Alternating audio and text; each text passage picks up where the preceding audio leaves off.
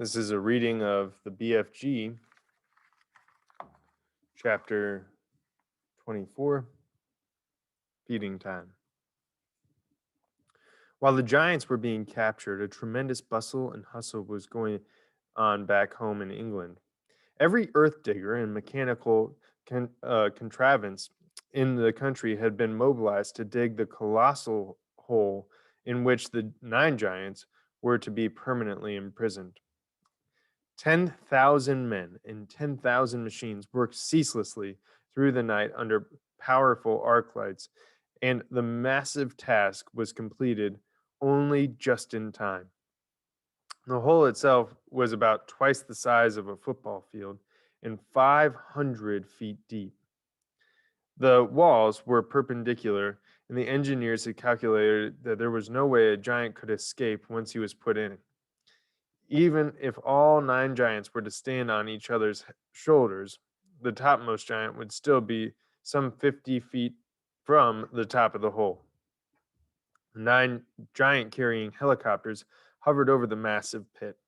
The giants, one by one, were lowered to the floor, but they were still trussed up, and now came the tricky business of releasing them from their bonds.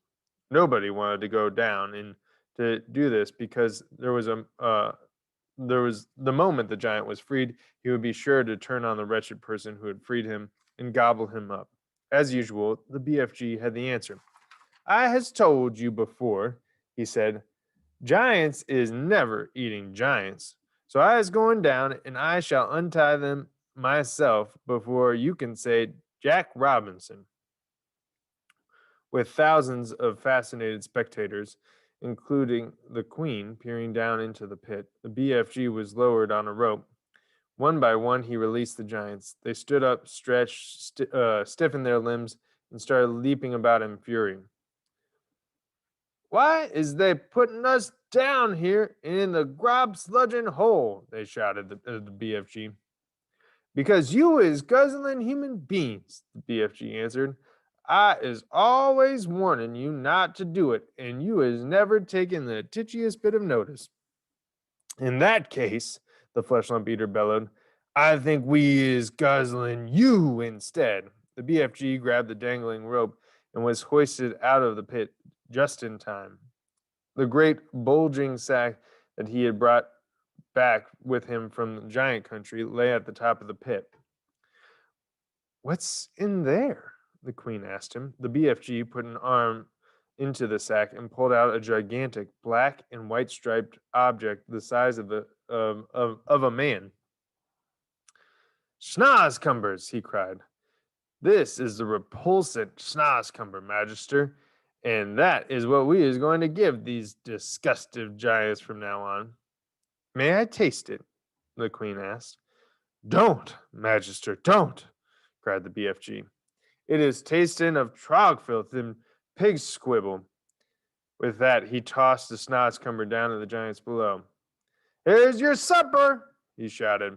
Have a munch on that.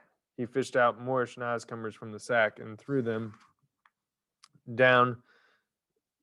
The giants below howled and cursed. The BFG laughed. Ha ha! It serves them right, left, and center, he said.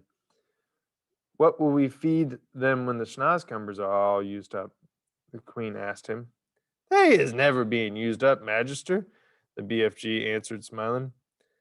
I is also bringing this sack a whole bungle of schnozcumber plants, which I is given, with your permission, to the royal gardener to put in soil.